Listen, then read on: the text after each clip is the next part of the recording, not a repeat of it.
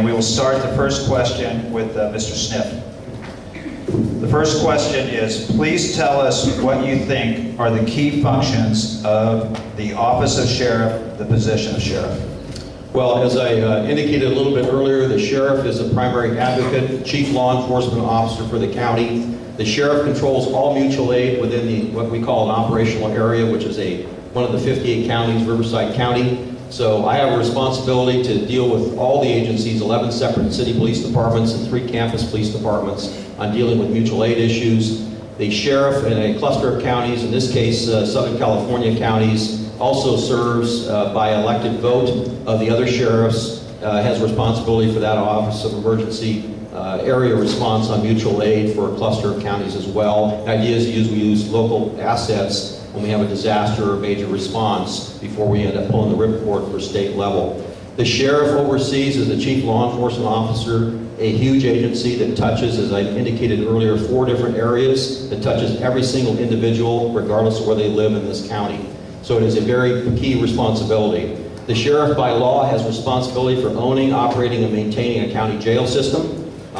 Most people or most police chiefs will run with their hair on fire to stay away from that. That is not their responsibility. But each of the 58 sheriffs for each of the 58 counties has a legal and moral responsibility to operate that jail on behalf of the entire criminal justice system. The sheriff has responsibility for protecting courts. Like in this county, there are some 90 courtrooms spread across our 7,300 square miles, roughly the size of the state of New Jersey. So that is no small feat. And in this county, those are the 3 functions that every sheriff has. We share in this county with 47 other sheriff's departments, also responsibility to be the coroner public administrator.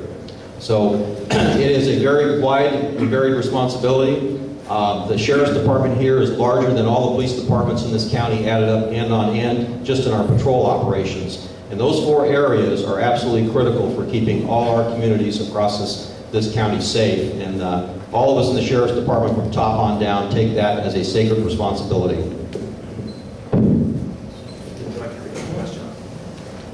And I'll repeat the question. Please tell us what you think are the key functions of the office and position of sheriff.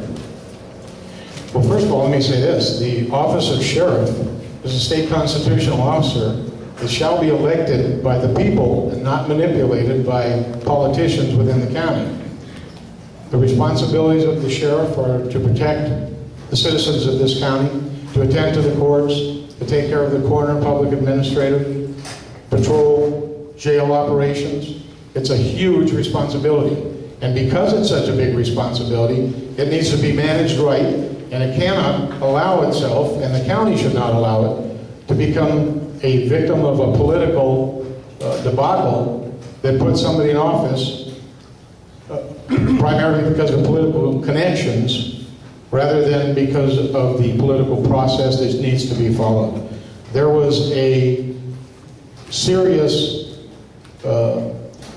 breach of the democratic process when the sheriff was appointed by 3 members of the Board of Supervisors who then called for a special election and then decided they didn't need a special election because they wanted their guy to have a chance. That's not the way you run an organization that's as big as this department with as many responsibilities to as many people as this department has. On June the 8th, the voters are going to have a chance to fix that problem. And then we're going to have the right person running the job, and it's going to be done the way the people want it. And we need a sheriff by and for the people, not a sheriff that is beholden to 3 politicians in this county. This was a very serious situation that occurred, and I think people are becoming more and more aware of it, and you're going to see that change on June the 8th. The candidates, again, as we mentioned, will have an opportunity to request for rebuttal. We have 1 minute, and then Mr. Robles, if you would like to rebut, then you have 1 minute. Now, what you just heard was garbage. That is flat false, and this guy to my right has slimed basically 3 great supervisors. The reality is, in this state, they follow the law as prescribed by the California Constitution.